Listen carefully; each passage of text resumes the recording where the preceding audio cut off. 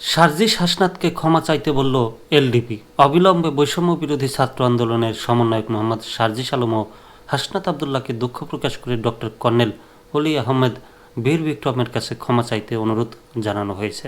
সোমবার এলডিপির যুগ্ম মহাসচিব সালাউদ্দিন রাজ্জাক প্রেরিত এক প্রেস বিজ্ঞপ্তিতে এ তথ্য জানানো হয়।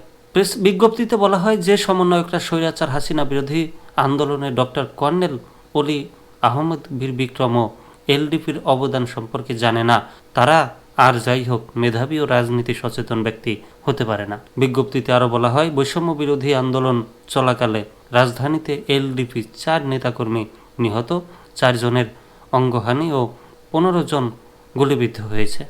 বিগত 16 বছরে হাসিনা বিরোধী আন্দোলনে রাজপথে গুরুত্বপূর্ণ অবদান রাখা দল এলডিপির রাজনৈতিক কর্মকাণ্ড নিষিদ্ধ এবং ভবিষ্যতে নির্বাচনে অংশ নেওয়া থেকে বিরত রাখতে হাইকোর্টে সমন্বয়কদের রিট করার বিষয়টি দুঃখজনক। আমি এর তীব্র নিন্দা ও প্রতিবাদ জানাই। অবিলম্বে বৈষম্য বিরোধী ছাত্র আন্দোলনের সমন্বয়ক মোহাম্মদ সার্জিস আলম ও হাসনাত আবদুল্লাহকে দুঃখ প্রকাশ করে ডক্টর কর্নেল অলি আহমেদ বীর বিক্রমের কাছে ক্ষমা চাইতে অনুরোধ জানাই। সেই সঙ্গে হাইকোর্টে দায়েরকৃত রিট থেকে এলডিপির নাম প্রত্যাহারের আহ্বান জানাই।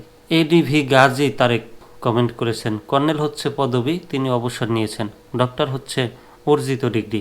তাহলে নাম কর্নেল ডক্টর অলি আহমেদ বীর বিক্রম না হয়ে ডক্টর কর্নেল অলি আহমেদ বীর বিক্রম হয় কী করে?